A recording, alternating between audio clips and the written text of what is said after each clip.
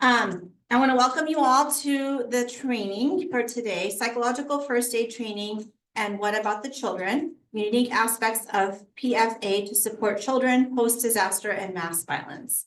So for those of you who don't know me, my name is Dr. Charmi Patel Rao. I'm the president of San Diego ACAP and also co-medical director at Vista Hill Foundation. We have a nice gathering here in person for our in-person audience, as well as how many people virtually? About 60, right? So 60 people virtually, which is great for this rich discussion. The training is being brought to you as a collaboration among American Academy of Pediatrics, her back there, Vista Hill Foundation Smart Care Behavioral Health Consultative Services. So Alyssa's right here, and then we have Renee, Brianda, and I don't know what happened to Laura over there. Oh, back there. And then San Diego Academy of Child and Adolescent Psychiatry. Noemi's outside, I believe, still. So in terms of some housekeeping items, if you guys did not see it as you came in, the bathrooms are located around the corner by the entrance.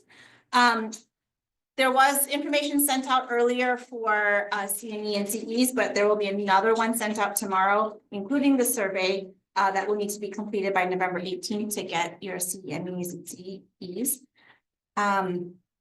We'll kind of flow today and see how it goes, but Dr. Natural said it would be okay if people have questions during her presentation to ask them, but we'll set aside some time at the end for questions. Do we have cards? Index cards, or we'll just have people raise their hands, right, for questions. And then for our virtual audience, if you guys have questions, just go ahead and put them in the chat and we'll collect them to be able to ask them at the end. If there's any other questions, just go ahead and ask our wonderful people outside for if you have any other questions about housekeeping things. So our presentation is being brought to us by Dr. April Natural from Vibrant Emotional Health. And I'm going to hand it up. Well, Tyler is here. So would you like to, so Tyler Morrison is also a child and adolescent psychiatrist and a member of San Diego ACAP, and he's going to introduce our speaker in more detail. Thank you.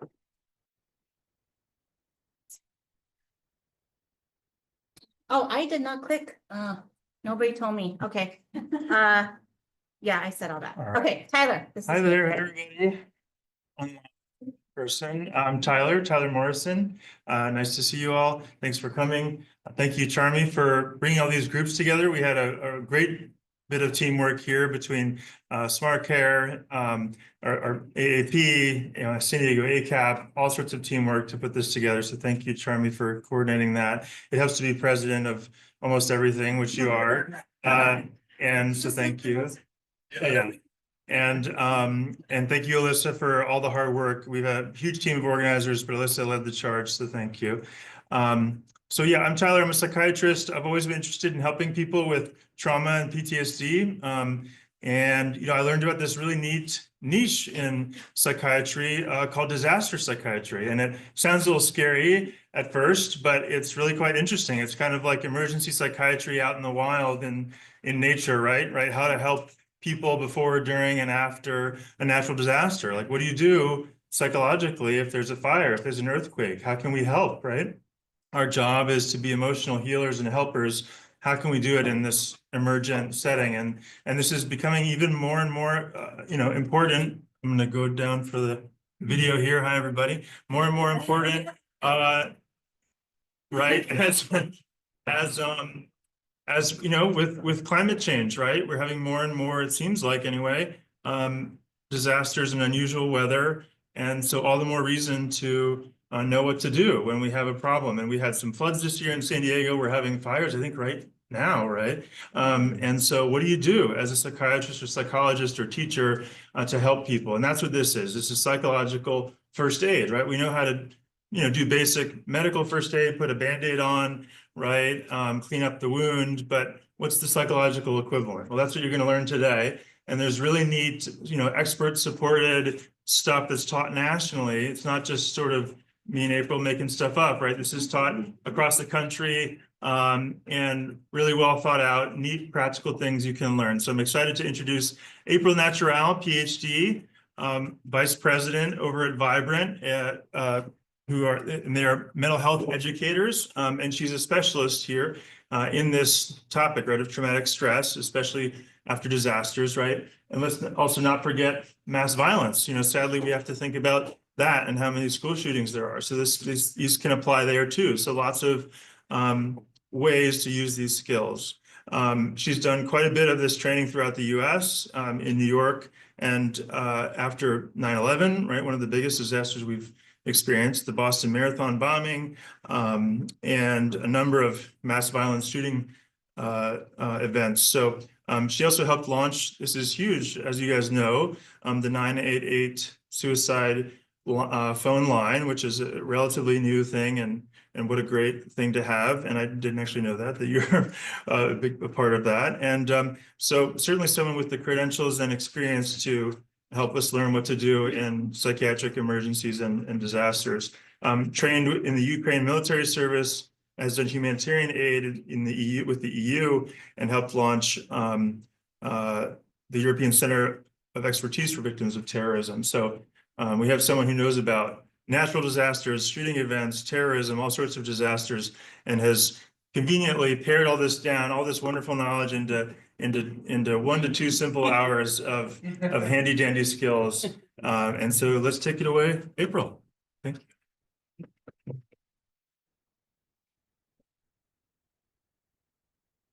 you. Thank you, Dr. Morrison. Thank you. Appreciate the invitation to be here today and really give you a lot of credit for looking at this important subject. We're a tiny subspecialty of psychiatry, and psychiatry is the baby of the medical world to begin with. But we do have some good research and good best practice. And so again, we appreciate your taking the time to learn about this. We're very excited that you're spending this time. I think I'm out of screen. I'm going to try and say hello to everybody on Zoom. And again, appreciate your spending the time with us here today. I have a disclosure, I think is the first thing I have to do, and tell you I don't have any financial relationships other than that I work for Vibrant, which is the administrator of the 988 Suicide and Crisis Line. Used to be the National Suicide Prevention Lifeline. 2 years ago, Congress put $300 million into it, made us a little crazy to have to grow really fast, really quickly, but to really spread the service out even more. And I'll talk a little bit about that as we end. I do have one other disclosure, and I apologize. I know we're going to spend 2 hours together, but I'm not funny. I know, like, you're supposed to try, and I do try, it just doesn't work. So I apologize, but I do have lots of information. I have too much information to share with you, basically. I'm going to try and give you the points that I think are going to be most important for you to take away. And my goal really is, as we look at going through PFA here, it's showing, yeah. It is to help you to walk away tonight feeling confident in applying psychological first aid when you go back out into the world with your patients, with the families that you work with, even with other staff that you're engaging with. I'm going to try and give you some of the knowledge and the skills that will help you to feel competent, but I really want you to walk away, and I think you will, with a sense of confidence in being able to, okay, I know what psychological first aid is. I can do this. And believe me, it is very, very practical. It's much more practical than it is, from in the professional world, what we would say is like the gold standard. We don't have any gold standard in disaster response work, but we do have practical ways of helping people to reduce symptoms in the immediate aftermath of a disaster. And that's what we're going to be working on today.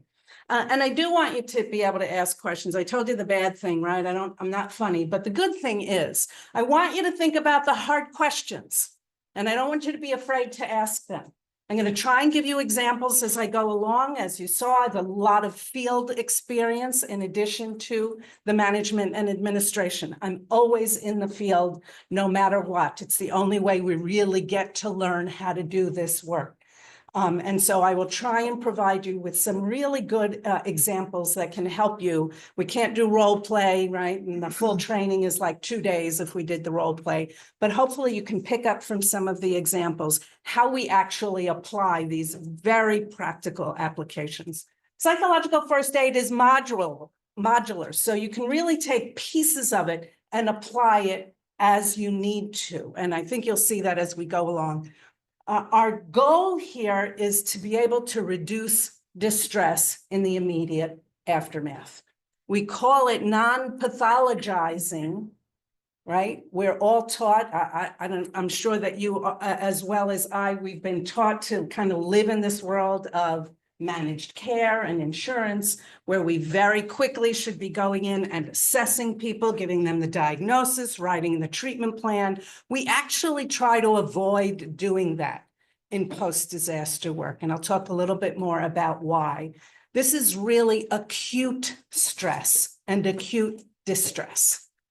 And what the research tells us is that about 90% of the people will go back to doing what they were normally doing every day, and their distress symptoms will subside in a fairly reasonable amount of time with good social support and good coping. That number changes in human-caused incidents with intent to harm. So in mass violence incidents, in shooting incidents, the number changes. About 80% of the people will do well and go back to functioning with good social support and good coping. So that leaves this range of about 10 to 20% of people who are at a higher risk of actually going through and developing a mental illness like depression, more common of any others, anxiety, and even post-traumatic stress disorder. We hear more about post-traumatic stress disorder, but it occurs much less frequently than anxiety or depression.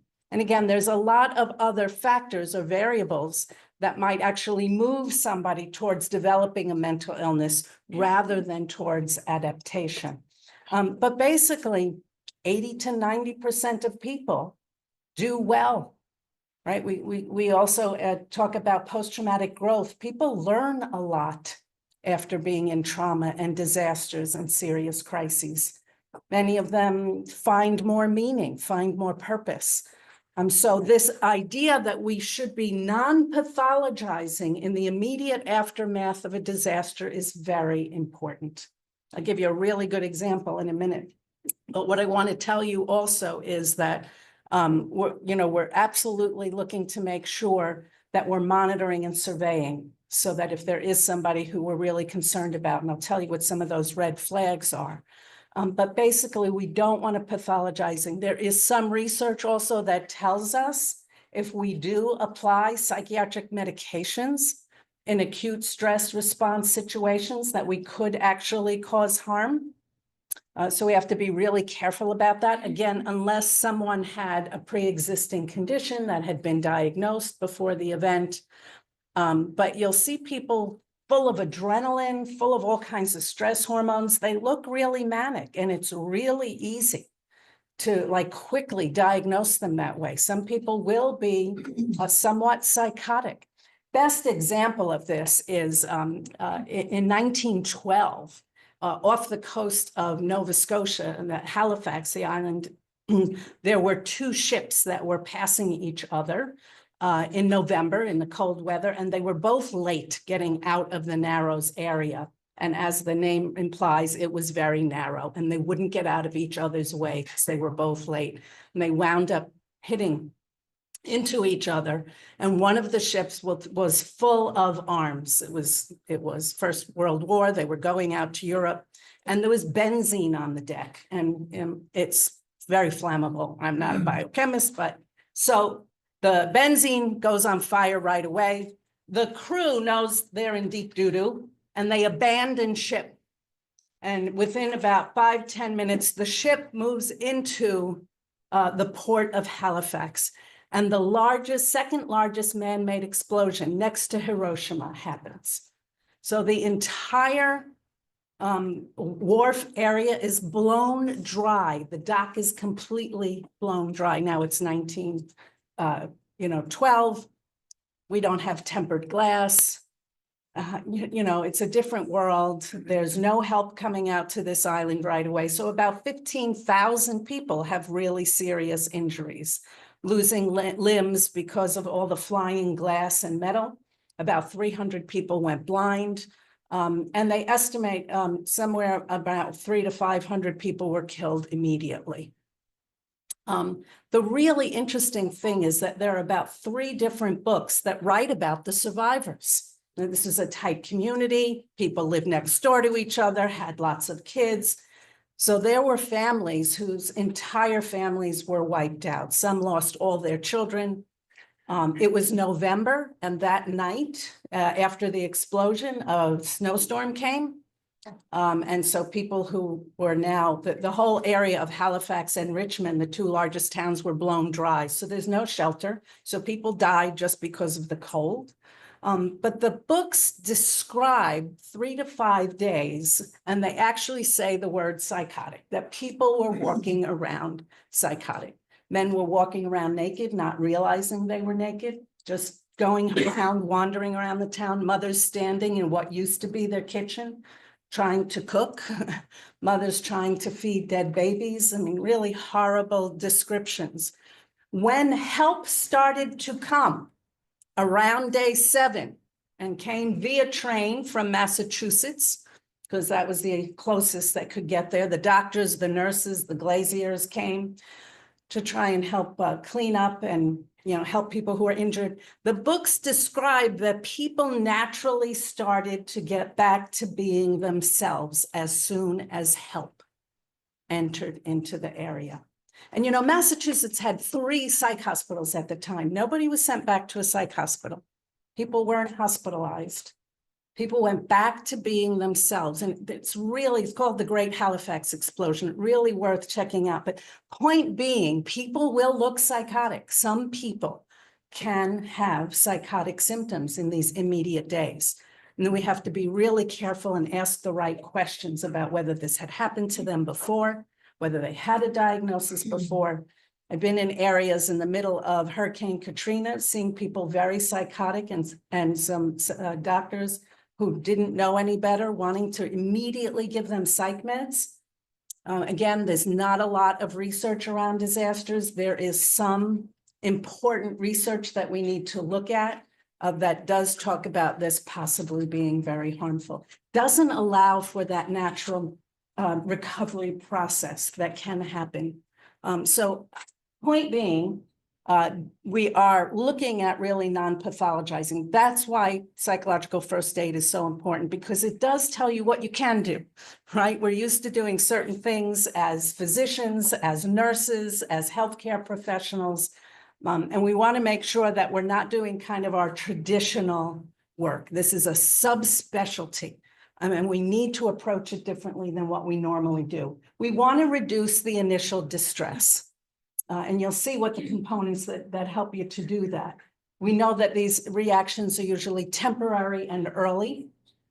And we want to get people to move to being adaptive, right? The term is now resilient. It's become a bit of a buzzword, but it really means, being able to get past the traumatic incident and become adaptable to what happened, get used to what happened, work around, make the changes that you need to so that you can get back to doing what you normally need to do. Reasonable amount of time is a little bit of a tough issue these days. We used to go by the DSM-3. If symptoms were around more than 30 days, you started to refer people. We're in an age now where we're seeing people who are suffering with multiple, very complex and repetitive disasters. Also, we know from mass violence incidents that the recovery trajectory is longer than people who struggle from natural disasters or accidents.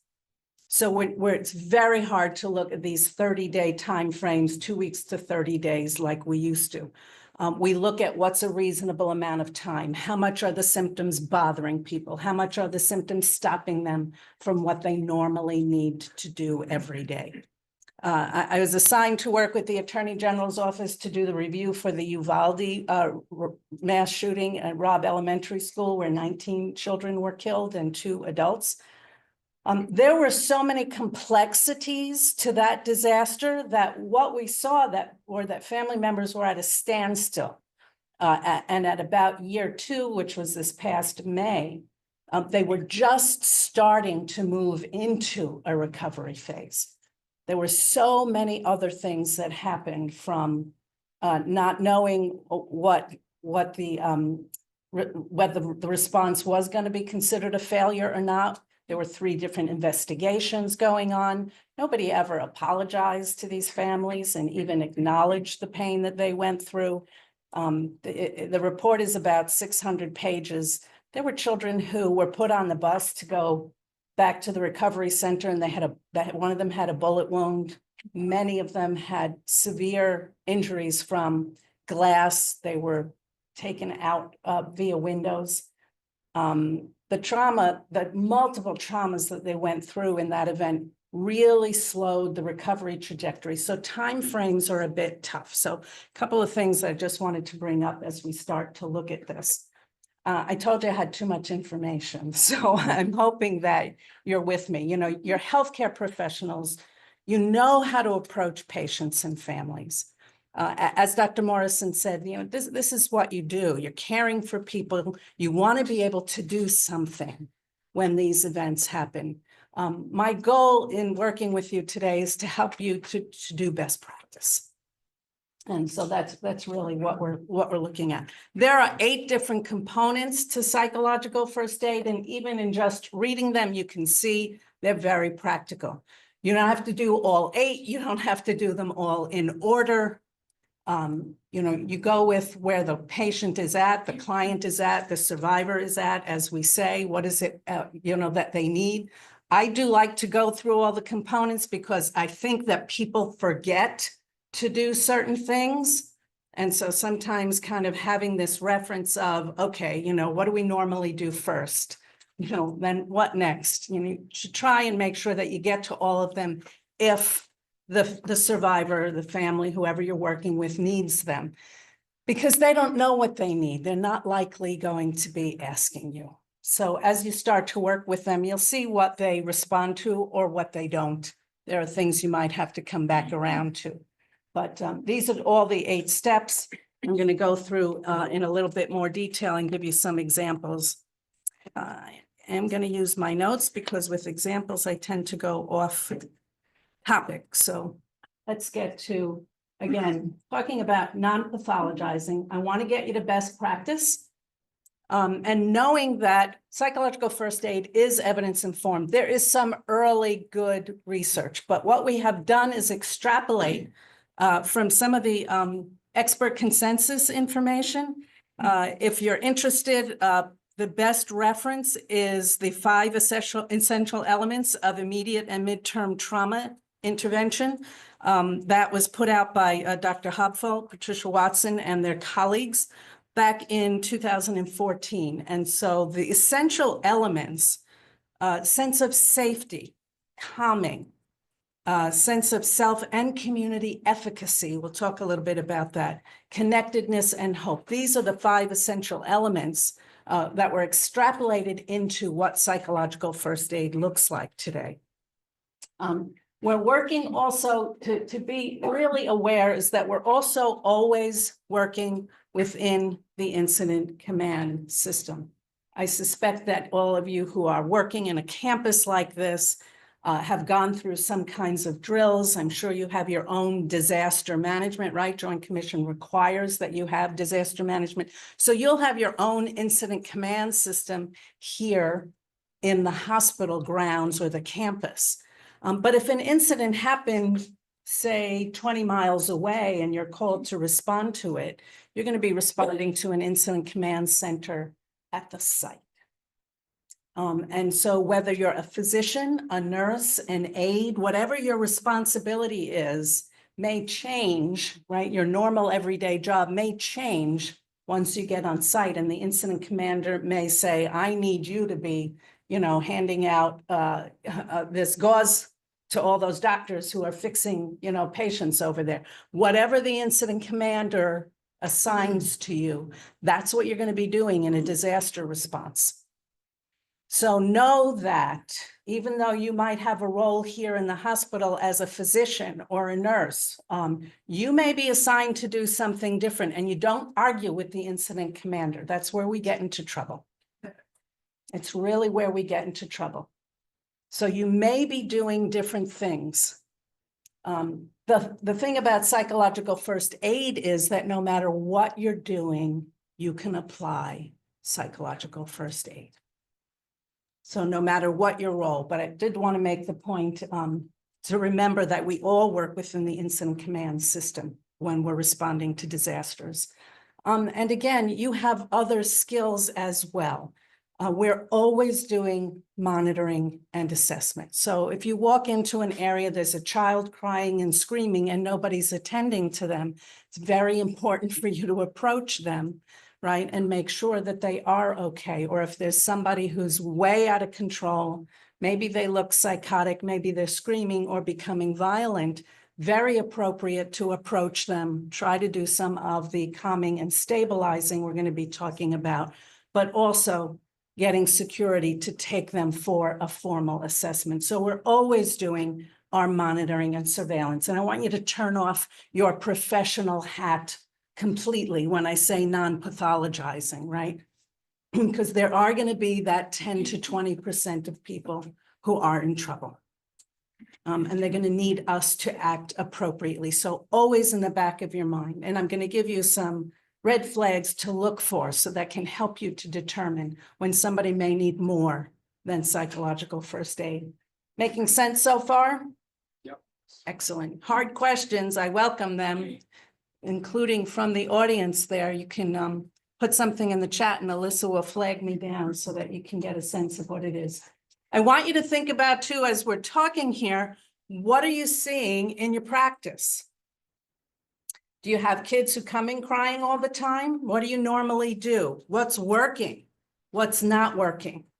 If there were a disaster in the area of your practice, how would you respond? What if people started coming into your offices? Or firemen, rescue and recovery workers come in and say, we're on the street in front of your office, we need your help. I want you to think about how we can apply this in those kinds of situations, because that's actually what happens. We are very ill prepared everywhere in this country for any type of disaster. You've seen this on the news every night. We're very ill prepared. Most communities don't think that they will have a school shooting or a Walmart shooting or a Kmart shooting. Every community I've ever worked in has been shocked. Las Vegas, Route 91 Harvest Festival shooting, 600 people had bullet wounds. 58 were killed, 600 left, most of them by Ubers and cabs and friends who could get to their cars. We are not prepared for that one. We are not prepared. Uvalde wasn't prepared. Most local cops, school law enforcement, they're not prepared for these kinds of incidents. The idea is this could happen right here, right out the door, right out in front of your house, in front of your practice. You want to be useful, right? As Dr. Morrison said, you want to feel a sense of competency that you know what to do. So I want you to think about, as we go through the different aspects of psychological first aid, what do you see in your practice? What are the common things? Because once you learn to apply them there, you'll know exactly what to do in the midst of a disaster. And also, what do you need to feel confident in this? I'm going to throw a lot of information at you, as I have already, but I want you to think of what's coming up for you, right? I don't want to do this. What if I don't want to? What if I don't feel comfortable with this? What if somebody does this or that, right? How am I going to respond? Question.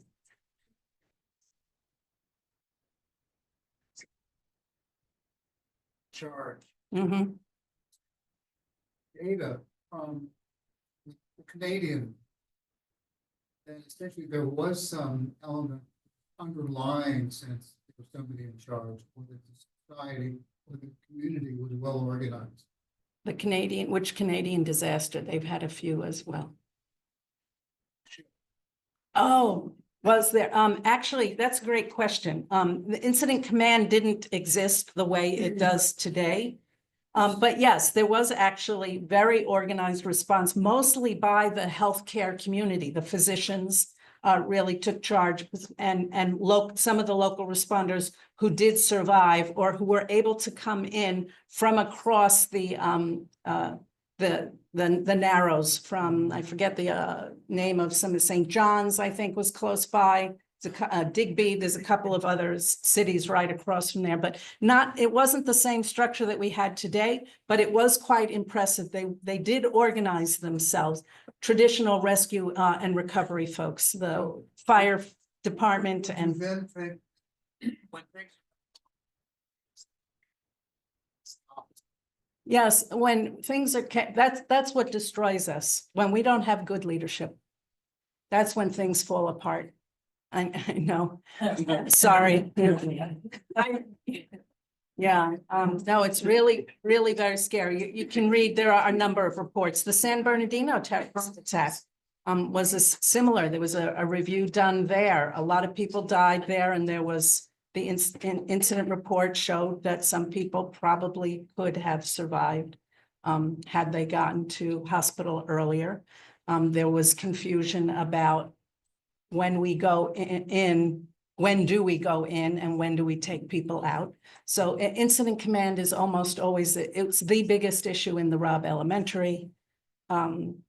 Leadership and incident command. If we don't follow incident command, we're usually in trouble. It is too chaotic and people don't do the right things, or they don't do them in a timely way.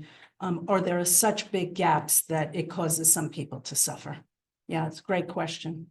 And just as a note on incident command, so FEMA does the CERT, community emergency. That's right. response training, and part of it's free, and part of that is to teach people, including people like us, how to be incident commanders. They'll often pick people within that CERT system among professionals, health professionals, that job. So if you're interested, there is training in that. Thank you for bringing that up. You know, right.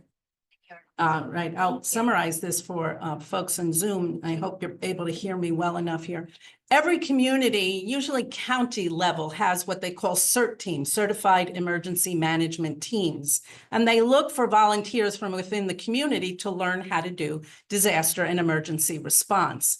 Everyone is taught about incident command. I mean, if you think about it, if you're on a rural road and you come upon you're traveling and you come upon an accident, somebody's hit a tree and there are no other cars around, and you get out of the car and you go to see what's happening, you call 911, you're the incident commander. And you're actually expected to do something and to stay there, right? Human kindness, you know, human relations kind of require us to do something. That's incident command. You're actually required to stay there until an official comes. And once they come and take over, you are then relieved. So there are probably more situations than you can imagine where you would be an incident commander. Now, you may not know how to do everything, and that's fine. But you do the best that you can, and you work with whoever is there with you. There is a formal incident command structure so that we put somebody in charge of safety, somebody in charge of logistics, somebody in charge of planning, somebody in charge of finance. But if you're talking about an immediate response, right? If you're a physician in your office, in your practice, your staff's going to look to you to be the leader. They're going to ask you, what should I do? Right?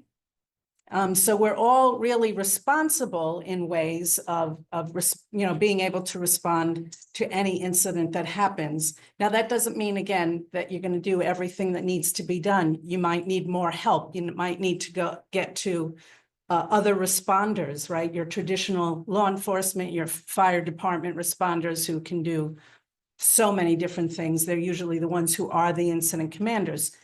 But it would be important for you to at least know that, to say, okay, we can't handle this. You know, we got to get to 911. We got to get a responder here. We've got to get fire department here. We've got to get law enforcement here. That alone is good leadership.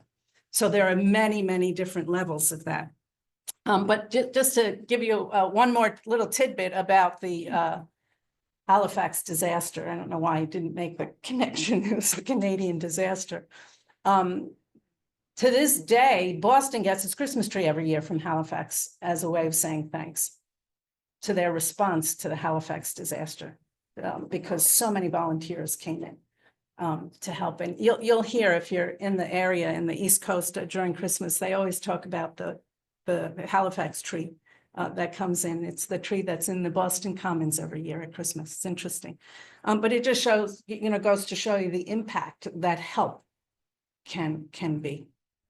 So I want you to think too, again, about what are you most worried about? What are you most concerned about as we go along? We also have to be responsible for making sure that we are not misinforming anybody. So we highly recommend when we're in the field, when my teams are in the field, there's no social media, none whatsoever. They're not allowed to post during or after. Now, not everybody has that rule. Most places have the rule of not during. Some people allow posting after. But I don't allow any of my teams to do any social media, even if they're taking pictures thinking they're going to post them later. I don't allow that at all. It's just a hard and fast rule. And everybody says, oh, that you can't do that. Yes, I can, and I do. I don't know why we're so afraid to say no. I don't know why we're afraid to say we're not doing that. That's just one of the rules. This is not a tourist site.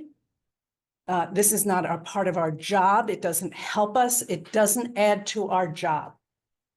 People will get information from the designated public information officer who's part of the incident command system. They don't need to get it from us. It is not our job in an emergency. So think about that again. If you expect that you'll be in a leadership position. Yeah. This is a very specific question, but I think it's because you gave that example of you walk into the room, walk into a disaster and there's a baby crying. And when I think of chaos and chaos making people panic, I think what makes humans panic more than hearing babies cry. That's right. So you maybe we'll get into this or maybe not because it's too specific, but is there something about everyone go pick up the crying babies and, quiet them down in terms of just kind of managing the total chaos? Or is there, I almost thought you were saying you don't want to go pick up the baby too fast. You have to first do something else. Was there No. anything around that? No, we're going to go into that. It's Okay. one of the basics is being able to attend to things like that. When I train the European in Europe on the humanitarian aid workers, we train them to get kidnapped because it happens a lot these days. And one day they get a hood thrown over their head and they get put into a room. And the sound that is blasted through the room is babies crying. It's terrible. Yeah, it's really a disturbing, horrific, so yes, you want to calm. It's one of the basic principles, is calming somebody. When I was working in the Route 91 Harvest shooting, I said to the folks, we've got to have a community forum. We had not really had formal ways of responding to large scale mass violence events. And there were so many people in that incident, so much information. So we have this community forum and there's like 100 people in the room and some woman stands up in the back as soon as I introduce myself and I'm standing up there by myself and she starts screaming at the top of her lungs. You people are horrible. You are terrible. You're not helping us. Like really screaming. I could do the Italian New Jersey voice, but I won't because it's really awful. It's disturbing. It's really hard to do anything else. And it can be really, really, hard for us to function. And I kind of froze for a minute and the 100 people are staring at me and I'm trying to help her. And, we had just had a conversation. She's saying she wants to go on the site. And the site was closed, the FBI closed it, and we were just having the conversation before the meeting about how many people come and take pictures and do the tourist thing. And that was in my head and I wasn't listening to her. And she's screaming and I'm like, no, you can't go onto the site. I'm sorry, it's closed. And she's still standing there screaming and I'm thinking, I've got to take control of this. You can't continue to go on like that. And finally, she said that she had stepped over some dead person and felt so guilty that she couldn't function. And I said, oh, I'm so sorry. I wasn't listening to her pain, really. And once I said, of course, we'll take you individually. We'll get an FBI agent to take you individually. She wanted to go and pray and say she was sorry and put flowers down. And she went, oh, okay, and sat down. My error was kind of not hearing what she really needed. I was stuck on this isn't a tourist site and we're not taking people through and, wasn't really listening to her. But the rest of the room is like getting upset. We have to control these things. I had to spend that time with her to help her to settle. Everybody else was sitting there. They were not out of control. They were calm. You're gonna have to attend to the crying baby, absolutely. And maybe more than one person does it and figures out what's the best thing to do. You know, do we come around them? Do we get food? Do we take them outside and, you know, get them in a stroller? Yeah, that's what you're gonna be doing, is helping people in very practical ways, because the calming environment is going to be essential. Absolutely essential. And I'll talk a little bit more about that. So what I also want to bring into you is I'm going to show you today are some really good resources for institutions. The one I'm going to show you is around schools, but it does apply very much to healthcare professionals and facilities, and it's a great resource. So we want to make sure that you guys also have the resources that you need. When an incident happens here, you should know, or your disaster manager should know, who your local emergency manager is. There are all kinds of resources that come into the area after these disasters happen. Don't listen to the fake news. There's money comes in from FEMA, from the local agencies, from the state, from the federal areas. There are tons of very good resources that come in. And as part of the community, all of your organizations, your private practice, the people that you work with are eligible for services if they've been exposed to this particular incident. So we want to make sure that you're connecting with them. You don't have to be providing the money, the food, and the resources, but you want to get the information to those that you're working with, because there's usually a very heavy overload. Americans are very, very caring and generous. I know it doesn't feel like that sometimes, and the news doesn't portray that. But it's incredible when you see what people give in the immediate aftermath of a disaster. There's usually much more than people need in the immediate time. So we have to rely on that. We have to know that we generally are caring. So I wanted to give you the cheat sheets before I go into the details. You need to know when psychological first aid might not be the only thing to be doing. We want to make sure that we're looking at people who are isolated or withdrawn. Isolation is a dangerous thing in any incident or disaster. I can do a whole alphabet of different types of treatment, right? CBT, EFT, EMDR. I'm sure you have a ton of list of things that you could do. The research is through the roof. Nothing is as helpful as social support. So you're going to get that 40% of introverts who say, I don't want to be with anybody else. They say, great, there's a whole group over there who doesn't want to be with anybody else. You're going to go sit with them, because nobody's going to be alone. We're going to monitor anybody who's alone, wandering away. Now you'll see people who are true introverts and they need to have quiet time. After we would do the simulated kidnapping in Europe, that you'd always get one or two who had to go off by themselves and say, I don't want to go talk to that person. He kidnapped me. I need to, kind of wrap my head around this and be quiet. And I would say, great, I'm just going to ask somebody to sit with you. All right, we're very concerned about people who isolate. It's also one of the high-risk flags for suicide. Now, somebody might not have any other suicidal issues, but isolation is always an issue. So it should, get the little red flag, ding, ding, ding. This is something I have to keep an eye on, or maybe explore a little bit more. Extreme avoidance. It's one of the symptoms of post-traumatic stress disorder. By itself, it's not a problem. With the other red flags, it is. So, and again, extreme. I'm not saying I don't want to talk about it. I'm tired. I don't want to do this. I don't want to do that. Going out of your way to never go past the place where that car accident happened again. So I'm going to go 25 miles out of my way so that I don't have to go anywhere near any of that.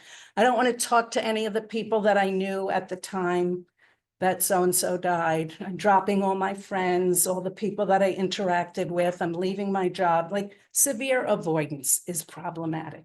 It's going to be a red flag. People who won't talk to anyone, won't interact, won't do anything that would bring reminders. Now we don't want to be reminded, but severe avoidance is one of the red flags that attaches to some of the other ones that makes us say we should ask a few more questions in this situation.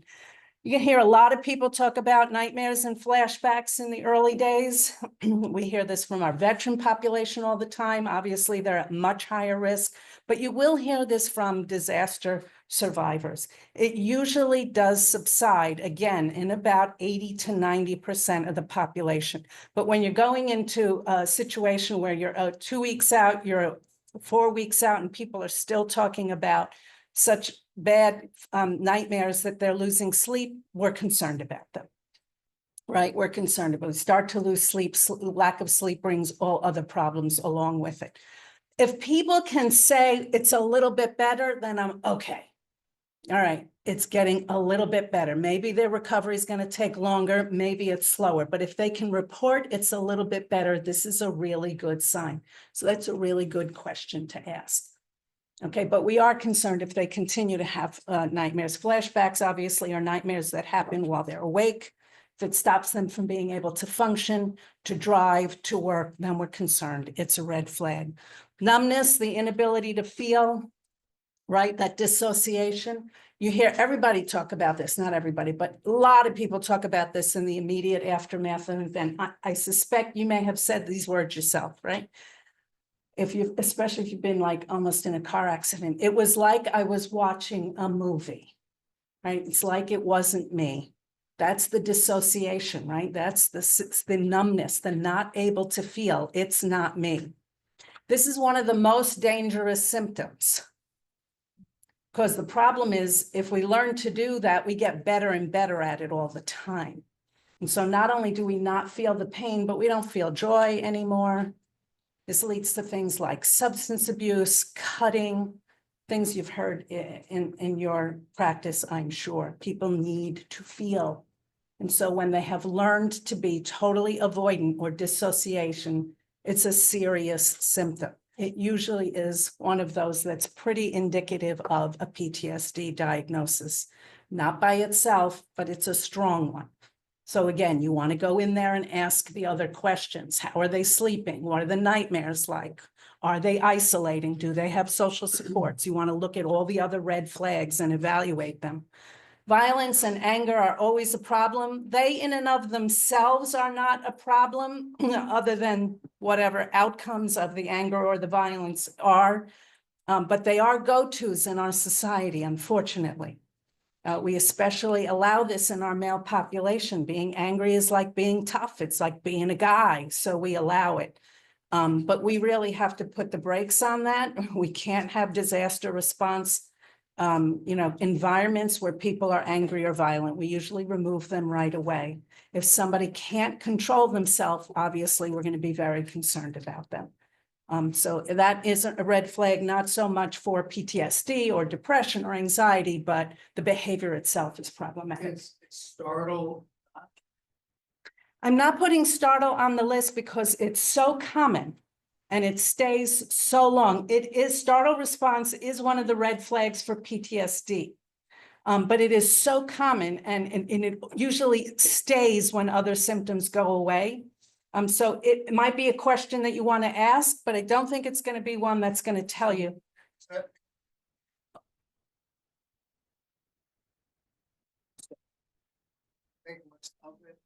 Probably make a little less of it. Yeah. Yeah, maybe not.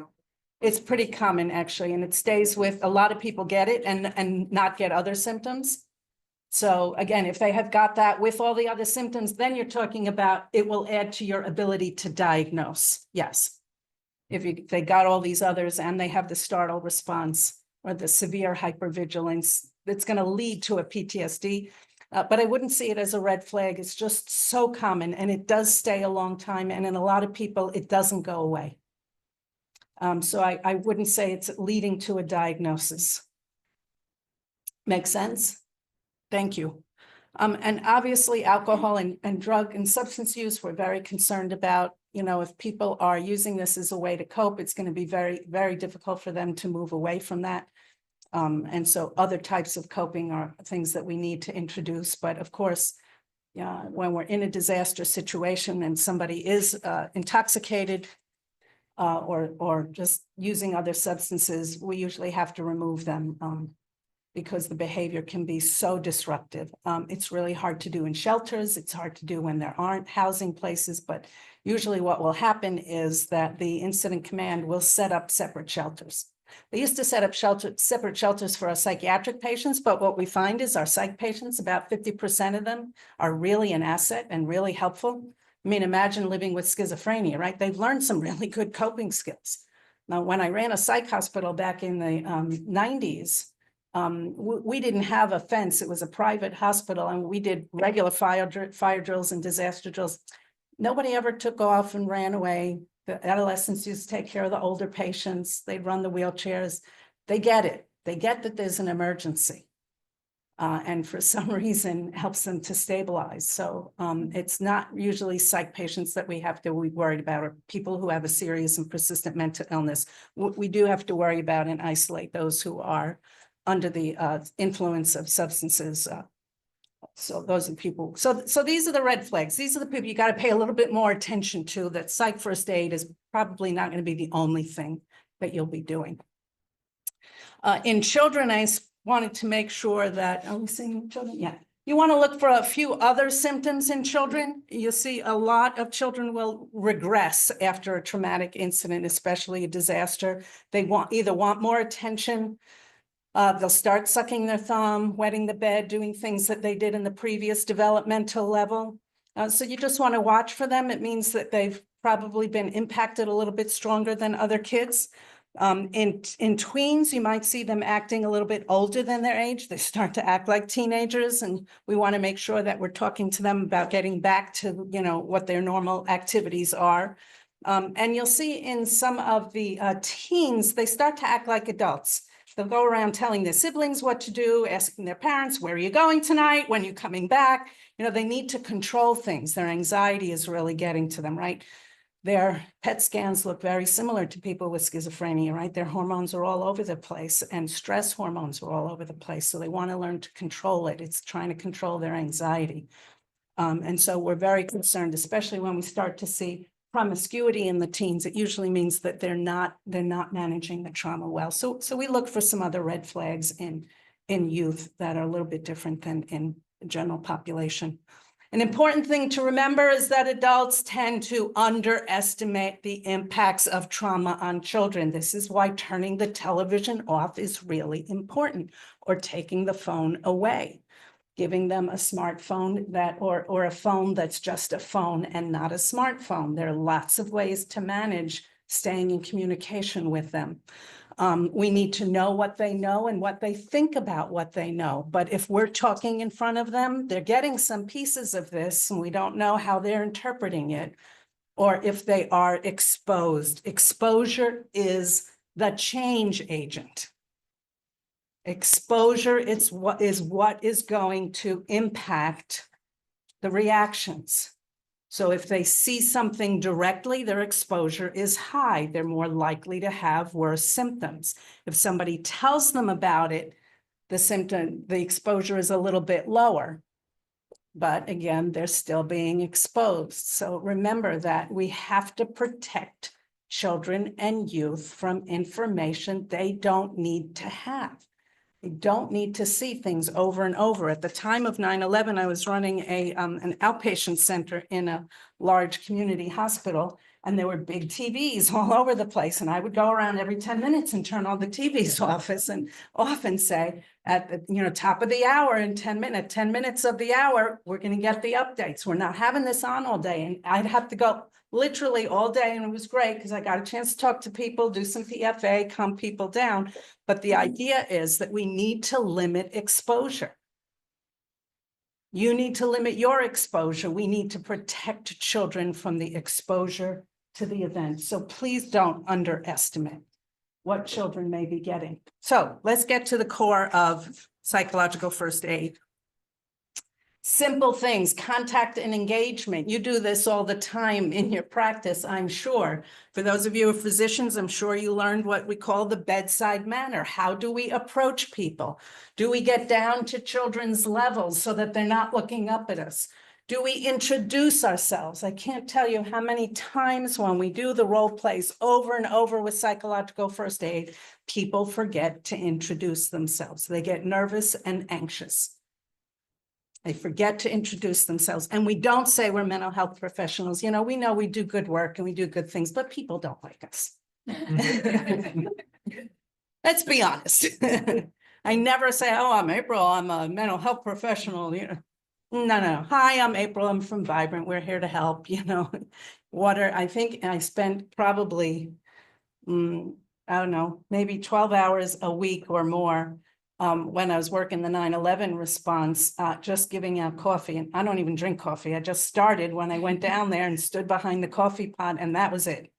People came up, start talking, and you know, that's your interaction with them. But introducing yourself in a really low key way. Children want to know your name, right? We ask them their names. You know, how do we approach them? We have to be really non-threatening, very low key, making sure that they're comfortable and being in an environment where they're going to be able to get what they need from you, talk to you, play. It's the first thing we do when we set up a family assistance center or a shelter after a disaster. Take a guess. Stuffed animals? Yeah, we set up place for children. It's the very first thing we do when we set up shelters anywhere. And have lots of toys and comforting things and blankets and towels and soft fuzzies and animals, things for children to connect with. So, you know, how are we approaching them? We've got to be really, really clear about when we're threatening, when we're frightening children, and what's the best way to approach them and try and figure out how can we help them. So remember to think about introducing yourself, getting down to their level, you know, asking them questions so that you start to get them engaged. It's a very simple basic, but again, when we're out in the field, I can't tell you, people forget how to do the basics. They get really nervous and anxious and start like forcing themselves on people. Come on, we're going to do this. Come here, you have to come over here. Well, you know, no, that's not how, yeah. I've had people go up to the Afghan refugees when the guests were coming over after we're coming out of the war. Some of them hadn't been in the bathroom. Some of them hadn't showered. And we're sitting there expecting them to answer questions for an hour. No, they need a shower. They need the bathroom. They need to change their clothes. So how are we approaching people? We're going to be human first before we are anything else. Imagine that being you. I don't know about you, but the like not getting to go to the bathroom thing, that would be really problematic for me. But imagine being afraid, being told you have to come in here and sit down and we have to ask you all these questions and all you really want is a glass of water or to get to the bathroom or to have a shower or a change of clothes. So we have to remember contact and engagement is about being human first. Safety and comfort, you started to get to that before. People usually need water, right? Stress dehydrates us, trauma, stress hormones dehydrate us. One of the simplest ways to connect with people. What do they need first? How do we help them to feel safe? Let's ask them. It's one of the first questions we need to be asking people. There are all kinds of situations from domestic violence to human trafficking. We get a lot of people who are not in safe situations when they come into shelters or when they come into us for help after a disaster or trauma. So we need to be asking people, and what would make them feel safe, right? Especially children, we have to make sure that there's a caregiver with them, a parent with them, somebody else with them. Some just want to be with other kids. Some's got to have their dolls. They have to have their soft things. I have blankets everywhere. I can't tell you that it's usually the adults who pick up the blankets and hold on to them. You know, things that bring us comfort as a human being, they also help us to feel safe. We have to make sure, though, that we're also not treating people in areas that aren't safe. We have to stay out of what we call the hot zones. We have to make sure that people don't go into the hot zones. I have to go there. I have to get my son. You know, we have to be able to make sure that people remain safe. And so we usually find a place nearby the disaster response area that we can sit and meet with families. I'm sure you have designated areas here around this campus. Think about that for your offices as well. You know, where's going to be the safe place that people can feel comfortable, that you'll be able to bring them into a place where they feel like there isn't somebody from the outside who can come in. Again, we don't know what the situation is. Are there areas that you know are not going to be impacted by a flood or a disaster? You know, is there a room, a designated room in your office that you know is one of the safe places? Is it the basement in the building? These are things that you should know so that you can help people to get to safety. But again, safety is also psychological. Ask people what would make them feel safe. You know, we don't know. They can come up with all different kinds of things. My experience is it's not usually what I think it is. It's almost always something I would not have thought that the person said would make them feel safe. It's really interesting. You know, it's just one of these things when you're in the field, you have to ask people, what would make you feel safe? Where do you want to be? Where do you need to go? Stabilization has a lot to do with what we started to talk about before. How do we calm people down?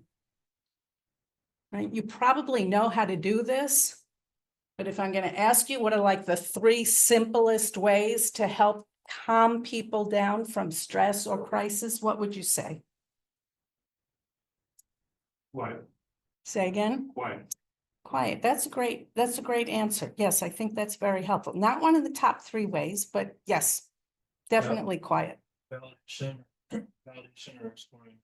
Acknowledgement. You know, I fought with Dr. Fran Norris, one of the top researchers in disaster response, about the validation thing. She said, well, we automatically validate people. And I said, oh, no, no, we do have to make sure that we're validating. And I'll talk a little bit more about that, Dr. Morrison, because yes, we always want to make sure that we're validating whatever the person's perception or experience is. Yes. Yep. Yeah, sat through the rest of the forum for an hour or so. It's amazing. Simple things. Let's go back to being really simple. Somebody's really upset, crying, maybe yelling, or even number 1 thing to do. Ding, ding, ding, ding. Thank you. Yes, number 1 thing to do. We need to know how to do breathing exercises, and you need to do them with people. I always think they're going to haul off and punch me if I say, let's do some breathing exercises. They never do. They never do. I do it with them. I say, we need to help you to start to lower your heart rate, right? Because that's one of the more common symptoms. I want to help you to be able to breathe better and start to feel a little bit better. So do this with me. There are a million different breathing exercises on the web. You should know a couple of them offhand that you feel really comfortable doing. I'll show you a couple of them in a few minutes. So breathing, what's next? Simple things to do to calm people who are really upset and distressed and expressing. Your same kind of thinking as what Sharma just said. Breathing's number 1. I know you know the answer. Water. Water is helpful. Yes, hydration is very helpful. We always want to be able to offer people water. It's also just a great opener way to engage. Absolutely. Lower your. Proximity, yeah, you want to watch your space for sure. Say again? Lower your own. Yeah, I absolutely would say the quiet, that's related to the quiet. What's going to get stress hormones out of somebody's body? Somebody who's really upset, really expressive. Breathing, stretching. Stretching is one of the ways to get stress hormones out of the body. A lot of people do trauma yoga now and all different kinds of yoga. I don't know how to do that, but people talk about that all the time. But basically, basic stretching is really helpful. So when you're, doing things in a family assistance center or in the areas where we get people up and out. If we're stretching your hands, let's say to people, let's just take a few minutes, take a stretch, get some of the stress out of us. If you start to get their hands up over their head, then what happens is the hippocampus, where all the stress hormones come from, start to move the stress hormones down and out of the body. So any kind of stretching is really, really helpful. And simply walking, body movement, body movement, body movement. If you've ever heard of Dr. Bessel van der Kolk, he says the body keeps the score. Getting the body moving. With children, the best thing to do is to get them outside playing, moving around. They don't have to talk. We used to have to tell people they need to talk. Breathing and stretching and walking, simple exercise, do no harm ways of getting stress out of the body and helping people to calm. Our colleagues at the National Center for Post-Traumatic Stress Disorder will tell you these are some of the top ways. There are other things emerging in the research, but we look at when immediate stabilization is getting them to do some breathing with you, or walking. I will often say to somebody, who's really upset, come walk with me. Let's take a walk outside. Let's have some privacy. Let's get away from everybody staring at you. If people are really screaming and angry and out of control, I'll go up to them and say, why don't we go outside? You can keep screaming if you want, but everybody's like having a good time, staring at you. So why don't we walk away so you can have some privacy? They never refused, right? You want to respect their privacy. You want to tell them that you're there to help them. They want to be cared for and cared about. Deep muscle relaxation. Deep muscle relaxation, yes, it helps to get stress hormones out of the body. Place. Mhm. You don't have to sort of get up and walk. That's It's true. immediate. Yes, you can absolutely do the deep muscle relaxation. If you can get people to be stable enough to follow that with you, excellent thing to do. It's one of the things we do in the family assistance centers and in the shelters all the time. Absolutely, we teach people how to do that. So think about the breathing, stretching, and walking. These are ways to stabilize.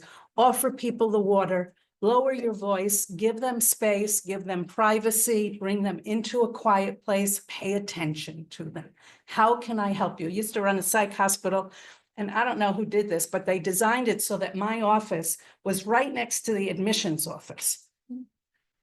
And the nurses were great. Usually, there wasn't any trouble, but every once in a while they'd be like, I'd suddenly realize that it's been like a really long time that somebody's screaming that they are not coming in. And I'd go out there and just say something simply like, okay, Mr. So-and-so, whatever, I'm the administrator. What do you want? What do you need? I'm not coming in. Okay, great. But I have to tell you, you look like you're really upset and you're really tired and, sweating. And I'm a little concerned. Somebody please go get Mr. So-and-so some water. Would you like a meal?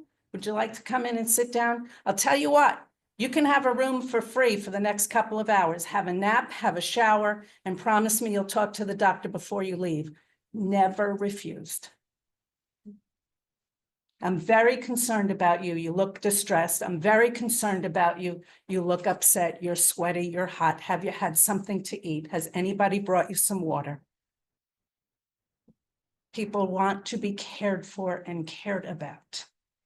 So we're being very direct. These stabilizers, these are psych patients who are being admitted and signed in against their will, and they respond to basic practical human need.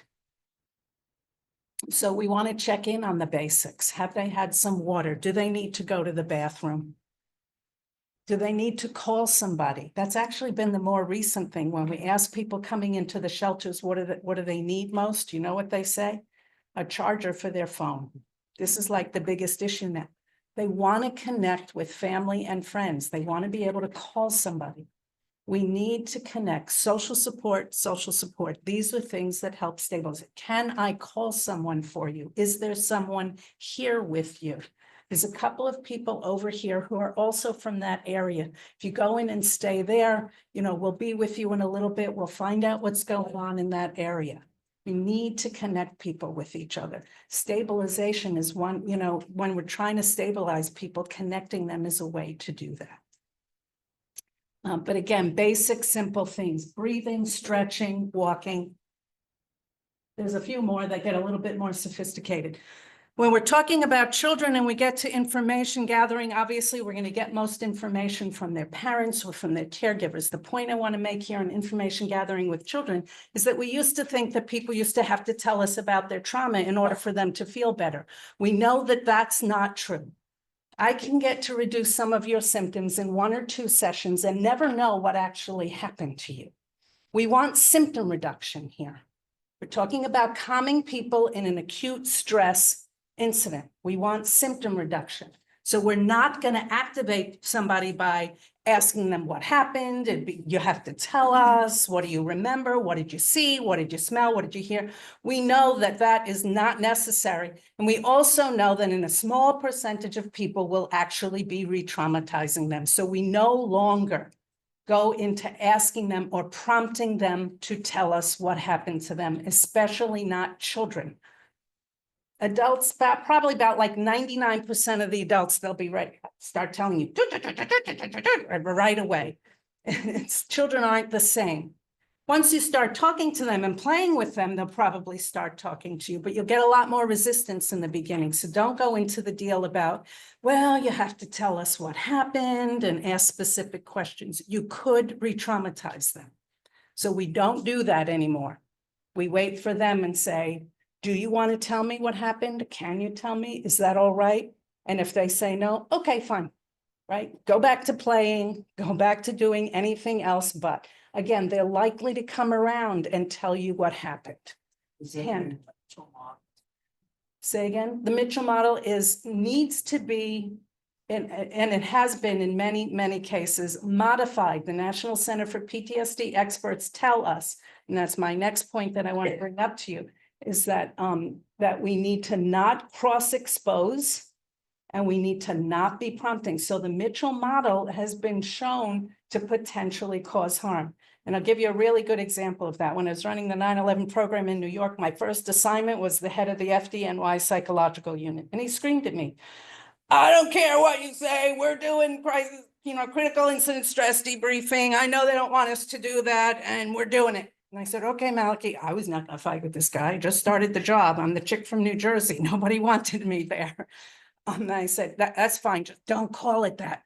Just call it crisis counseling, Malachy, and you could do it. Great. Okay. 2 weeks later, we're not doing CISD anymore, April. I said, really, Malachy? You were so intent on it. What happened? He said, I'll tell you what they told me. This is going to be recorded, right? I got to watch my language. He said, the guy said to me, I had a lot of SHIT in my head. Now I got everybody else's in my head. So again, we're going back to the change agent is exposure.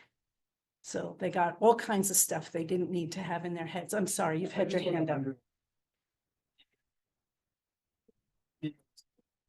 Yeah, thank you. It's in our culture.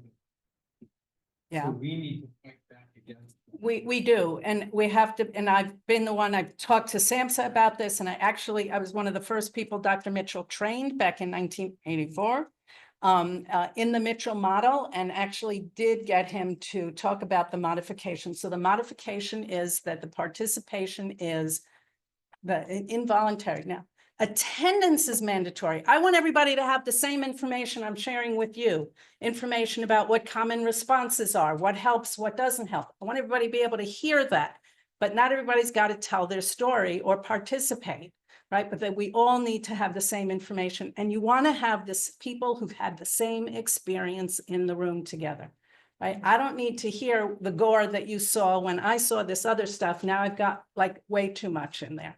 And we can't really relate to people the same way. We find that even with family members. You can't put family members of a victim who died and family members of a victim who was severely injured in a group together. They will fight. They do not work together. So we have to make sure that groups are homogeneous and as best as closely as you can, because we know the peer support helps and social support. But the experience has to be the same. So I'm very vocal about this. You'll see I've written about this in a couple of articles, is that we have to use the modified version. We don't slice the bologna like the critical incident stress model told us. And this is especially true in children. They're more easily traumatized. Getting them to tell the story over and over when they are not ready is you can really do more damage. We know it can be a harm model. So information gathering in this situation is what we're getting from caregivers and what we're making sure that we don't push to get from children. Again, they'll probably, as soon as you start chatting with them and playing with them, they'll come around to telling you what they need to tell you. I'm not talking about legal situations where there are depositions and that there are formal folks coming in like the FBI and doing interviews. They're very skilled at that. They don't use the Mitchell model. They use a very different model and they're very skilled at that. So I'm not talking about people that were asking specific questions for legal purposes. I'm talking about those of us who are intervening in our communities in the immediate aftermath of a disaster. You mentioned a couple of times having groups, which it sounds like that connect, it's all kind of about the connection. But you know, you said you want the introverts here and the extroverts here, and then the people from Boston here and the people here, and the people with the dead kids versus the injured kids.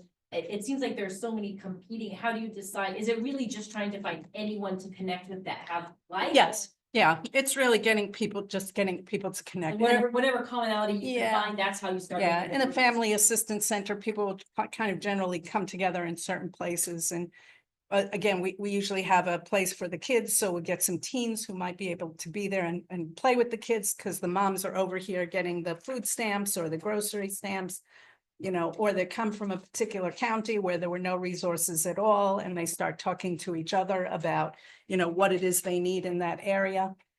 Groups are really important in the beginning because again, social support is really important. The problem is that a lot of people want individual attention in the beginning. And so we wind up doing a lot of that. And you can actually tell the recovery trajectory because as people start to get more into groups, you see more recovery. They start to connect with others and share more. And they have this group or community efficacy, right? The ability to take care of each other. So when you see more groups forming or if they're accepting of being together in groups, you know they're on a recovery path. It's in the beginning where a lot of individual stabilization, calming is necessary. And then of course the resources that they need, but then they need to connect with others in communities. So we're always trying to put people together in groups so that they can connect. Many of them are. It's a very popular model. They did a great job in marketing it. So a lot of them are. So we do try and give the message, and there's tons of research in the literature about the need to modify because you can really re-traumatize people. And you'll just get a lot of people in the groups to say, I'm not talking about this, you know. But yeah, there can be some harm. And lots of people go through the experience and they're not harmed, but you know, if you're talking about 10% of a population that's could potentially be harmed, that's a lot of people. And we're concerned about one person getting PTSD. We don't want to cause that, right? So you're saying that place that information sharing, coping skills sharing. in That's right. general, choices of what they want to do. Not, they're not sharing, we're sharing to them to give them options to. Yeah, I don't follow the traditional Mitchell model. I used to train on or participate in that a lot. If they want to do it, I'll help to guide so that those who are running it, it's usually peers, make sure that they're not overexposing or prompting.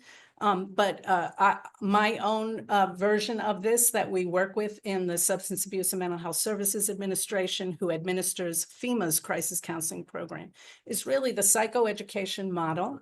And now PFA is really the only other model that has shown any evidence informed way of intervening. You know, acute response is still pretty much a black hole because we don't have gold standard research. We don't know where the disaster is going to hit, so we don't have comparisons before and after. That's why PFA was actually developed. Because yes, because at that time the National Center had said not to use the Mitchell model at all. They were really hard and fast about not using, but we didn't have anything else to tell people to use, right? So I use the crisis counseling model that SAMHSA has put out in terms of debriefings and PFA for mostly for the individual work. I think so.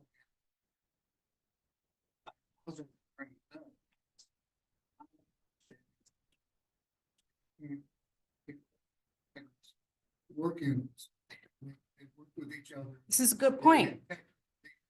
Mm-hmm. Psychology would be great. We're talking about staff and people who don't That's know right. each other, don't work with each other. It's a really good point. It was actually developed for the responder population, right? It wasn't meant to be used for survivor population. It just became popular, and so people just started to use it for And I that. was working Yeah. only working. Yes, that is the model, it's the CISM model, the management model is for the working unit, that's correct. So that's why we have PFA, and that's why it is the accepted model across the country. Actually, it's becoming much more international, and there's some modified versions of it. There is one for healthcare professionals called Stress First Aid, and I'll give you the link to this later on. The next component is practical assistance. People need a lot of specific information. They need food cards, they need, blankets, they need clothing. If you've got a practice, know again that there are going to be all kinds of resources that flood into your area, and to connect with your county emergency management folks, they usually have a listing of what's in the area. It does change very often. You'll have non-for-profits come in and bring in tons of money and tons of resources and then go back out again. So it does change on a regular basis. There should be somebody in your practice, whether somebody that you assign to or you do it yourself, to stay in touch with your local emergency manager, because you want to be able to say to people who are coming into your office and you're trying to offer them psychological support, and they're like, they don't want to deal with psychological support. They're going to do their Maslow's hierarchy of needs. They need food, shelter, and safety to start off with. You want to be able to say, yes, the American Red Cross is giving out $500 food cards or cash cards. And the local, Walmart is giving out food cards. You want to be able to give them some practical types of assistance. Again, they don't like us. They don't want to talk about the mental health stuff. And if they don't have their practical assistance needs met, they're not going to get there. And people will say that to you. Don't ask me how I feel. I need to feed my kids this week. I can't go there. I can't afford to think about how I feel. I have to keep my family safe. Our roof is off the house. We don't have a safe place to sleep. They will actually throw you right out if they have practical needs and you're trying to push them to deal with how they feel. They're in a very healthy, defended state where they need to be able to function. And so it's really important that we can connect them with the practical assistance that's out there. I don't think that we're exempt from that because we're doing mental health work. We need to be part of this whole community, this whole structure that's helping people. Social support, you've heard me say that over and over again, so I'm going to say it again, is trying to connect people with social supports. It helps more than anything else that we can do for people. Can I call someone who's a family member that, you want me to get in touch with? Will they come up and, connect with you? Do you have a friend? Is there somebody at home tonight? We want to make sure that people have somebody else to talk to. Remember, isolation is a problem. So we want to ask those kinds of questions. Are they alone? Is there somebody they can talk to? And make some suggestions if they can't. There's lots of faith-based folks who come into the disaster area. They're able to do crisis counseling. They're getting trained in psychological first aid. There's somebody for them to connect to. Again, maybe there are other people who've already come into your area, into the center, that are looking to connect with others from their neighborhood. Maybe their kids, they connect with because of the schools.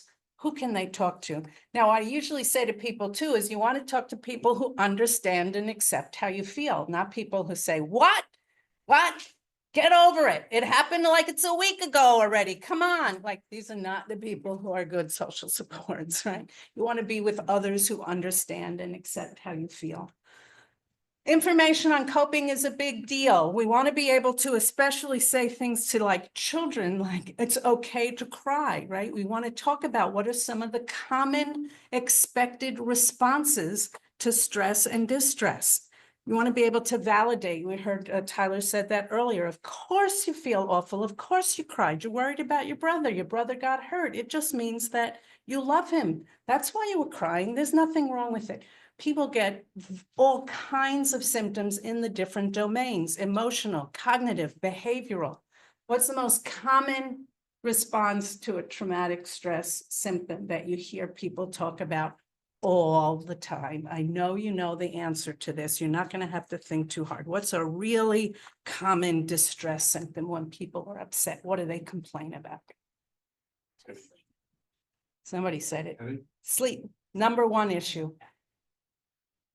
Mass violence, disaster, child soldiers in Uganda, every single community I've ever worked in, everywhere, you see it all over in the literature. Sleep problems are the number one problem, and they're serious because if we don't get enough sleep, we have trouble with cognition, we have trouble decision-making, we have trouble functioning. So we have to be able to address this with people and say, you know, how can we help them deal with sleep problems? Do they know how much sleep that they need? How can they get that much sleep? Count backwards. When do you need to get into bed and get settled? Do you have a safe place to sleep? You know, are you able, do you need blinders? Do you need earplugs? What do you need to help you get good sleep? What are the kinds of things that help people to cope? I like to ask them, what have you done before? I especially ask children, what makes you feel better? I talk to my dolly. Great. Can you tell your dolly, you know, what happened? Can you talk to your dolly today? What else do you like to do? Draw flowers. Great. I think you should draw some flowers, you know, music, singing, dance. What do people do to cope, to make themselves feel better? What do you do to cope when you feel lousy? Or you've had a really stressful time, or say, you know, maybe almost had an accident. What do you do? It's exercise. Okay, right? Everybody's got a different answer, right? Exercise, swim, listen to music. Music is emerging in the research very strongly. It's one of these things that can make your brain shift and do things, it's almost as good as CBT. It makes your brain shift. Music can change your mood instantly. Music is emerging in the research very strongly. Narrative, writing, telling your story, writing your story. There's very good exercises that we do in acute stress that Dr. James Pennebaker, who developed the Writing for Recovery model, has allowed us to use free of charge. Very simple exercises, getting people to write for 15 minutes about what happened, then what did they do about it, then what did they feel, you know, after in about a 2-day, you know, range in between. They write for about 15 minutes every other day. Really good results in hardcore research. We used it with people who didn't have any writing skills in Indonesia after the earthquakes in Yogyakarta and had statistically significant positive responses, with interpreters even helping them to do this. Narrative is really important. So giving people some good ideas about coping, starting with the basics from our colleagues at the National Center for PTSD. Breathing exercises, stretching, walking. A lot of people don't like to talk. They won't do narrative. They won't be doing other sophisticated things. Get them to take a walk every day, do some kind of exercise. Body movement's really important. So we want to be able to suggest things if they can't come up with them, but ask them, what have they done in the past? Have they been doing that? Can they get back to it? What's worked before? And then, of course, we know that when we give people very specific information about linking with collaborative resources, they're much more likely to connect with them. So again, if you've got that list of resources, if you can give them a name that you know is a legitimate, if you can send them to a campus like this where you know there are resources where they can get things, writing it down, putting it on paper for them, letting them walk away with something in their hand, because they're probably not able to focus as much as they'd like to right now, but they're likely to look at it later on. And especially if they've gotten from a source who's trusted. So linking people specifically with collaborative resources is really important. All right. Was that complicated and really technically psychological jargon? No, right? This is stuff you know how to do this stuff. We put it together in this format to say, you know, it can be really simple, but we know that these are things that the evidence tells us can really be effective in helping to calm people and get them on a recovery path. We don't know how long it's going to take them to get to real full adaptation and recovery. But at least if we've gotten some of these things done, we know that they're on the path. I just want to make sure people aren't like falling off on the rocks and hanging out off the path and not getting anywhere. Then I'm concerned about them, right? We want to make sure they're on a path, however long it takes them. Whatever components they're doing or not doing, if they're doing something that's helping them to move forward, 90% of them are going to get there, even 80%. In mass violence events, we hear so much about people growing and learning from the experience, finding meaning. doing all kinds of making changes that help them to feel better about functioning and about themselves. Maybe this is backwards, but when I hear 80%.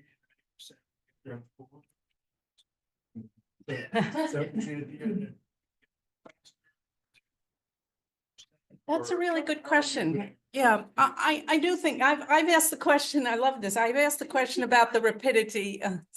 The question is, so if 80 to 90% of people get better on their own, without us, right, they don't need us, in a reasonable amount of time with good social support and good coping, then why are we doing this? Well, in 9/11, the estimate of 20% of the people who might develop serious major depression or PTSD was 250,000. That was the 10%. Yeah. Yeah. And again, I'm concerned about one person, Dr. Morrison. PTSD is a horrific, debilitating, horrible disease. And not easy to get rid of if you don't get good treatment, especially in the early days. So if we can help people to avoid that. The other thing I think that happens too, and we know this too, is we get a lot of people who are not, and we documented this in some of the 9/11 studies as well. There's a lot of people who continue to function, right? So we can't diagnose them. They go to work every day, take care of the kids, do the laundry, do whatever they need to do. They've got a whole bunch of symptoms that make them feel awful every day. Maybe, continuous depression. Maybe they're drinking a little bit too much. Maybe they're not, relating very well, but they function. So we've got a larger number that are the subclinical folks that we're concerned about as well. Yeah, but when we're talking about these disasters now, we're talking about just large numbers of people. You have 10,000 people who are impacted by a flood in a particular county, and maybe 10% of them are at risk. Now they may not have all the other factors that get them to developing, but might. So you're talking about pretty significant numbers. What we do know too is that if we can keep people from developing a mental health disorder, they're more functional members of our community. In 9/11, we put 4,800 crisis counselors on the ground. We don't have causation data, but we know that in the 3-year period during that happened, there was a statistically significant decrease in the number of people entering our mental health system for the first time in 20 years. Yeah. So look for those red flags and get those people to treatment. That's right. Everybody else just do whatever you can practically and hope, we're hoping that something will help somebody. Like you said, That's right. One person, if I can help one person with a blanket, let's do that and let's look for red flags. Yeah, get them on the road. That's right. That's right. We do the basics, right? The comfort, caring about, helping them to calm themselves, because the longer they stay in a state of not being stabilized, then they're in trouble, or they're going to be in trouble, right? Because that can continue. Go ahead. Sorry, there's one hand up for a bit and then I'll get back. About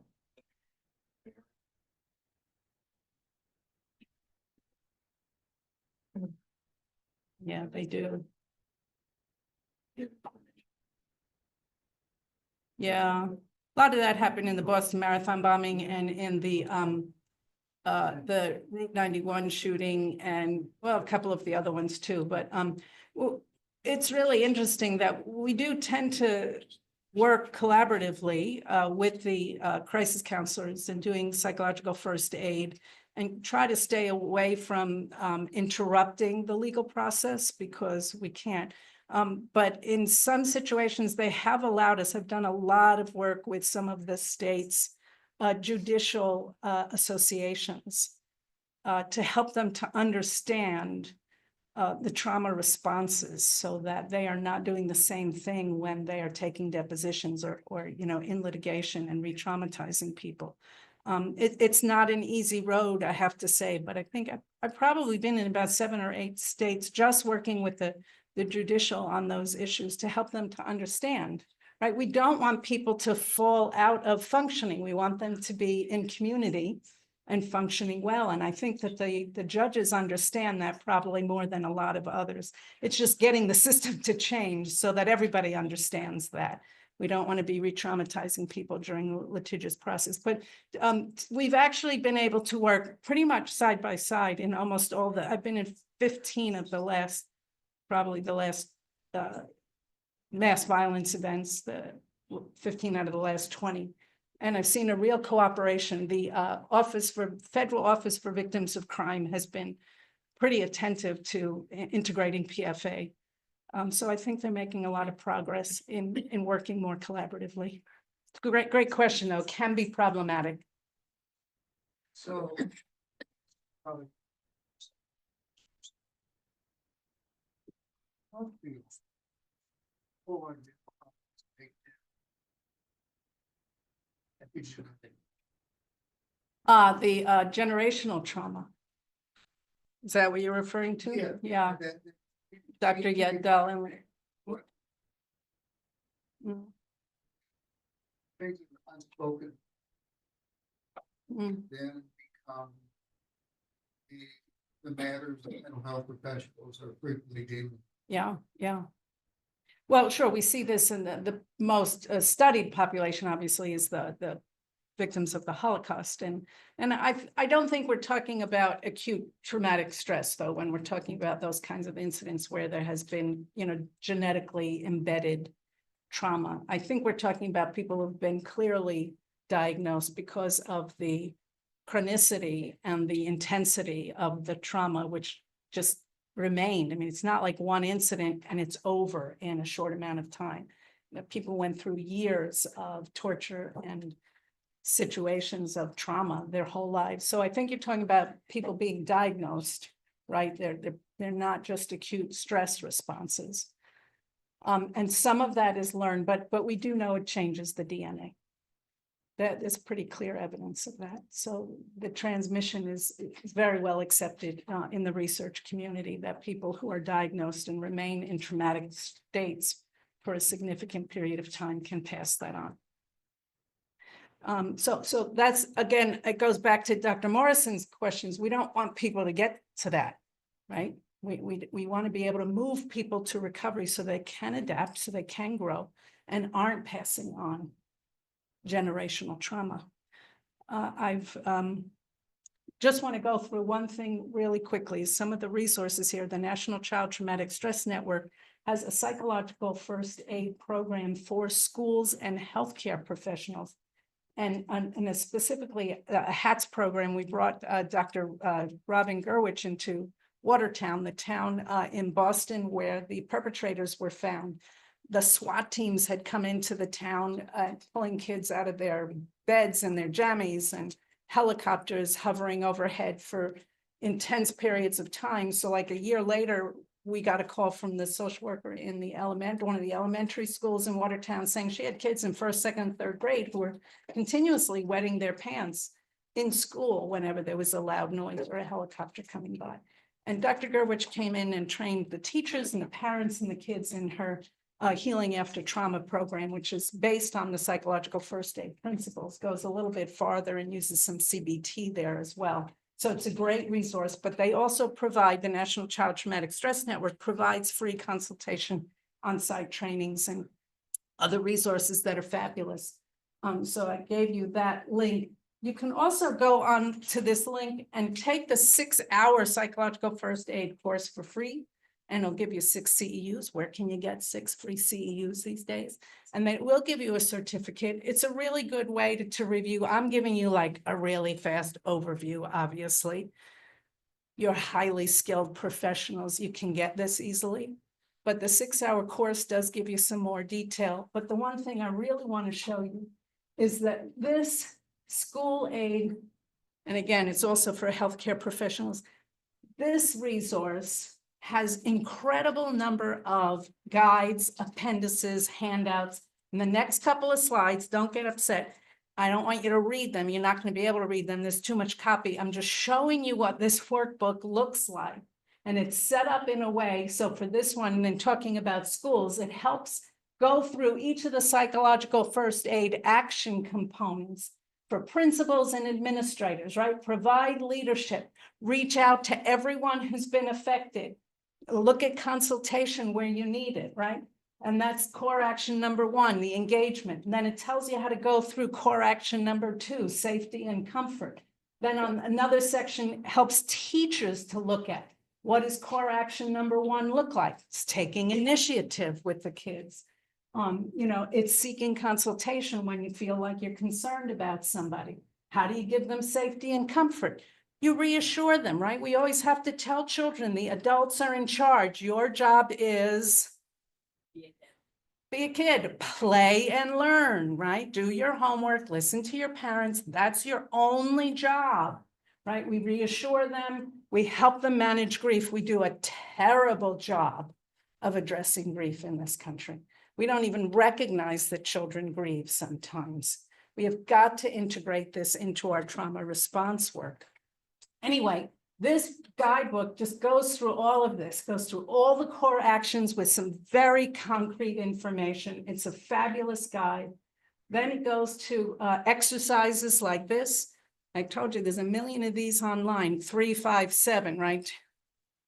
Breathe in to the count of 3, hold it to the count of 5, release to the count of 7. Box breathing is great because you have this image of the box and it's really easy to remember. It's 4 by 4 by 4 by 4. Breathe into the count of 4, hold it to the count of 4, release to the count of 4, and then wait 4 seconds before you start again. This is really cool because then you can tell kids to put all their troubles in the box, put it away for a while, teach them to compartmentalize. You should know different exercises and do them with people. It does. I usually say to people, I'm going to give you a gift. You want to learn how to stop a panic attack? This will do it. Do this 3 times, 3 to 5 times. It will stop your heart from racing. You can't have a panic attack and deep breathe at the same time. Get people to do this with you. Tell them it is a gift. It's a way they can control their body. They can actually stop their own panic attack. So this is how you get people to do breathing exercises. This is part of stabilization, right? These are things that we should know. These are all kinds of handouts that they have in the worksheets for the schools. I'd like to go over all the different common reactions because people don't often ascribe them to having been in the disaster. Somebody mentioned headaches. Headaches and stomach aches are really common after disasters. We were working in Chinatown after 9/11, and the staff were telling us that they had people coming in, they were spending tens of thousands of dollars on x-rays and CAT scans because people were complaining so much of stomach aches and headaches. There was no physiological reason for them. Chinatown is one of those areas where a large part of the Asian population worked. Well, they didn't talk about trauma. It was an embarrassment to the family to say you were having an emotional reaction. They weren't allowed to talk about it. So they had more stomach aches and headaches than they've ever seen in those community clinics in the entire time they were living down there, right? These are things we need to tell people. If they're feeling jumpy, if they're having problems sleeping, these are really common responses. What can they do to help themselves? Of course, they're going to have some distress responses. This was a horrific event. It'll be okay with some time. What do you need to do to help yourself? What helps you to feel calm? Can you talk about a culturally sensitive way to talk about that with somebody from a family where it is kind of not accepted? Yeah, it's one of the toughest issues that we deal with. We had people come in and say they weren't allowed to come in and talk about this anymore because the family said they were humiliating them or embarrassing them. We have taken all different kinds of approaches. Best information that we give, best recommendation we can make is to find somebody within the culture, right, who knows the culture well enough that you can teach the psychological first aid principles to, who can then go back into the culture. We're actually required to do that. When FEMA brings in money from the Federal Emergency Management's Crisis Counseling Program, we're required to hire people from within the different affected populations and cultures because there are just so many different ways to try and understand culture that not being from within the culture, it's almost impossible. We do a terrible job at cultural competence in our country, and we think we're good at it. We stink at it. We have to work at this all the time. It's really hard. Even acculturated workers are not as effective as bicultural workers. So that's the best advice that we can give, is to find somebody from within the culture who knows some of the ways to talk to. Do you go to the elders? Do you go to the women? Who's really the leaders who aren't really the leaders, but who, you know, you try and figure out who is it that you need to talk to. When we had the Afghan guests coming over and they were in the military bases and the men weren't allowing the women to leave the tents, or were abandoning the kids and just letting them run around all day. We had to sit down and say, okay, we're not talking about mental health stuff. We need to make sure you're not going to get arrested as soon as you get placed in the state where you're going to be living. So we need to sit down and talk about some real facts about how things function. We're not criticizing your religion or your culture, but you can't let the kids run around all day unsupervised. Somebody's going to call the cops and you're going to get arrested. You got to figure out ways that speak to what's going to be helpful to people, but using bicultural people from the community is really the most effective way to do that. It's really hard. No matter how good you think you're at it, we stink. We really, it's too hard. Well, Yeah. it's ironic in that Asian martial arts, very deep part of this program. Yes, you see this all over Asia. Some of the work that they do with body movement and dealing with traumatic stress is phenomenal. I would think Really that well done. Big and foreign. That's right. Especially jointly. Yep. Huge and very, very. Absolutely. And this is what you want to do. What's important to that culture, and who's going to be able to help you to learn to do that. And again, best thing to do is have those folks learn psychological first aid and bring it back with all the other cultural exercises and ways of coping that they're used to, that they're comfortable with, that work well for them. Because it does change, although there are some basic principles like body movement. It's how is it expressed, right?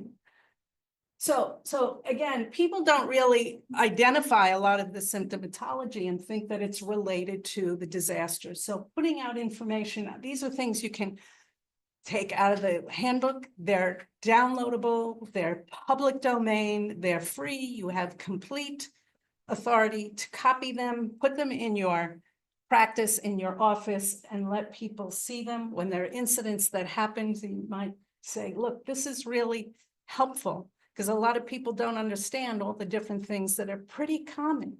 You're not the only one. You're not alone. These are things we know happen to people, but we also know that over time that they go away on their own. If they don't, we're happy to, talk to you or give you a referral.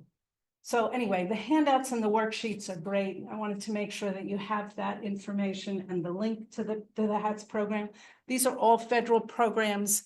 They're again in the public domain. They're free. They're downloadable. Dr. Robin Gurwitch is out of Duke University. She's the top child trauma specialist in the country, I would venture to say in the world. She's been all over the place. I've never seen anybody be able to do things as well as she does. And again, the National Child Traumatic Stress Network offers consultation, and her office out of Duke does that. The handbook we just saw, that was the HATS program? Yeah, the handout, I'm sorry, no, the handouts that you saw is the psychological first aid for schools, the field operations guide. Yeah, HATS is very similar, uses all the psychological first aid principles, but she goes a little bit further and adds some CBT aspects to it. So just trying to give you some resources for further access. The other thing is that I know you're all highly skilled professionals. I went to 2 New York schools. I went to Columbia for my master's and I went to NYU for my PhD. I tell you that to say I never had a suicide prevention class. I still think they don't offer a suicide prevention class. And I know you've got a lot of good knowledge and skills, but I wonder how many of you have had a suicide prevention class. I say that because I want you to know that you can have anybody, and you yourself can call the 988 line.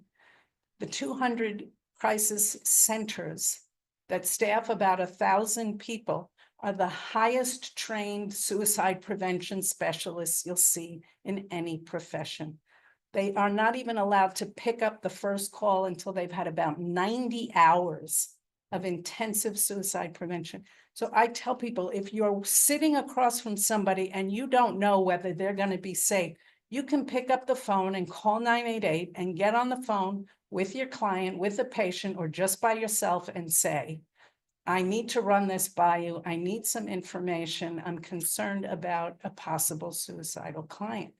And they'll talk you through and give you information and help you with some of the resources as well as the suicide assessment process. I say this to professionals because I know that not all the schools are teaching suicide prevention. And we're embarrassed to say we don't know whether somebody's going to be safe going home or not. And so 24/7, 365, there are 200 crisis centers that answer the phones. The calls get routed to the local crisis center based on the area code of where the call comes from. Then they block out the next 3 numbers, so we can't see them. So they are confidential. We can't trace them. We need to get the police to help us to trace them. Less than 1% of our calls wind up in an emergency to the police.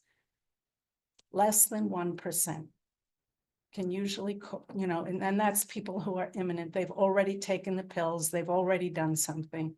That's mostly the 1%, but we know it's an average of about 20 minutes, right? People are in a crisis. They can't maintain the crisis that long.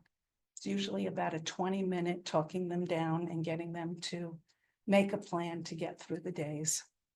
So all to say that we encourage you highly to use the line how you need it and to share the information with your clients. Nobody's going to ask them questions. They can call anytime, as many times as they want to. It is confidential.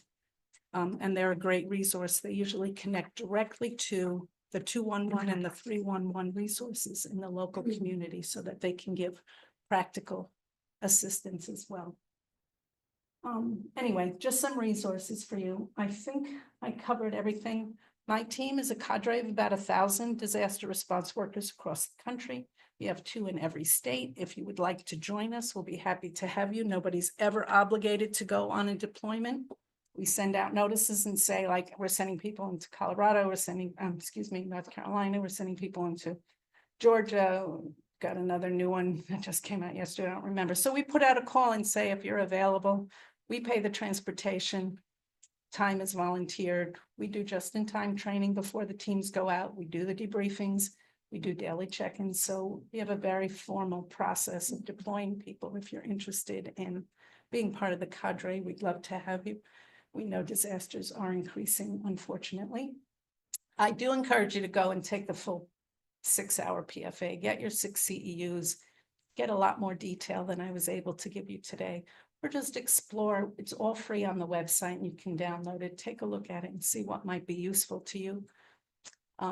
I hope it was helpful. I know it's a lot of information in a really short amount of time. Am I way out of time? I haven't even looked.